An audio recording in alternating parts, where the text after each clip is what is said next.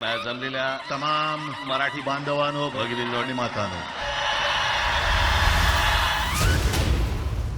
कोणत्याही वादापेक्षा आणि कुठच्याही भांडणापेक्षा महाराष्ट्र मोठा आहे. आम्ही अस्सल मराठी बोलणारे तुमच्याही पेक्षा जास्त कडवट कट्टर देशाभिमानी हिंदू आहोत. जे माननीय बाळासाहेबांना जमलं नाही आम्हाला दोघांना एकत्र आणायचं, ते देवेंद्र फडणवीसला जमलं. आमच्या दोघांमध्ये जो काही अंतरपाठ होता तो अनाजी पंतांनी दूर केला. माझ्या मराठीकडे, माझ्या महाराष्ट्राकडे वेडावाकड्या नजरेने पाहायचं नाही कुणी.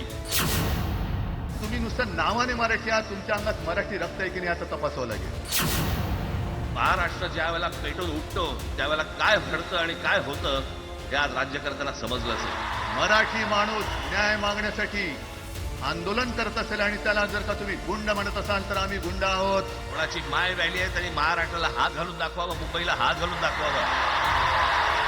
अजून तर काहीच केलं नाही, पण आजपासून सुरुवात झालेली आहे. पण जर जास्ती नाटकं केली तर कानाखाली आवाज काढलाच पाहिजे तुम्ही.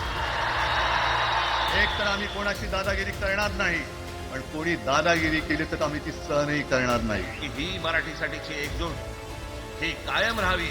एकत्र आलोय एकत्र राहण्यासाठी. जय हिंद, जय महाराष्ट्र.